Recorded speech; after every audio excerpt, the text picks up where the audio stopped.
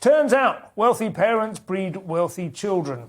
Surprise, surprise, Eric. What's this about? Yeah, this is a story in the Daily Mail. And children of wealthy parents are 3 times more likely to own a home by the time they're 35. And I think you could replace that headline with just the word duh. Yeah. People with money continue to have money. I mean, that's why I always tell both of my children, marry for money. Yep. Do not marry for love. That's the mistake your mother and I made. And look where we've ended up in our lives. And it's about generational wealth, which is it's another thing that the royals used to understand, right? This is where they've been going wrong lately, marrying for love. You marry to combine dynasties. That's how you do it. There was a book, wasn't there, or an advice? There was a guru who said, rich dad, poor dad. You know that book? Yes, of course. And basically, the message in that is spend all your money on appreciating assets. And only ever borrow to buy things that are going to go up in value. Robert Kiyosaki, he pointed out that most people think their house is an asset, but it's actually a liability. Yeah. Well, it depends, doesn't it? Because the thing about people don't understand mortgages. People think of mortgages as a burden, but the reality is mortgages are an opportunity to leverage, right? So if you've got like 10% of the value of a house and you can get a mortgage,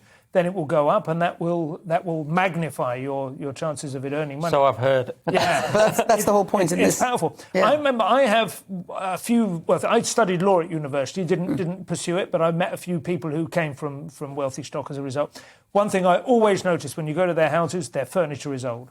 All of their furniture is old. All of it was either came with them or they would buy it in from antique shops or whatever. They did not think, I want a nice new sofa from IKEA that will be worth a tenth of what I paid for it within a month. Well, we still rent and I have old furniture, so I don't know what I'm Can I just ask, isn't this slightly more nuanced than just rich people stay rich?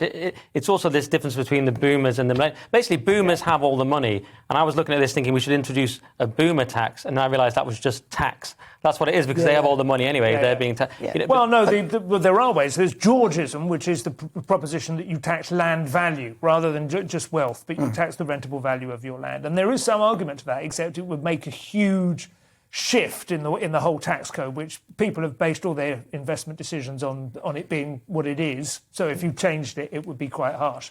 But there is an argument for that. That would be, there is an extraordinary amount of unearned wealth sitting in property, and arguably it would make more sense to tax that than people's hard work and endeavour through income tax, or indeed the things that, suppress sales by VAT. I'm kind of for it in principle, but, the devil is in the detail. First time I've heard of it. It's very highbrow content for GB. I'm loving that.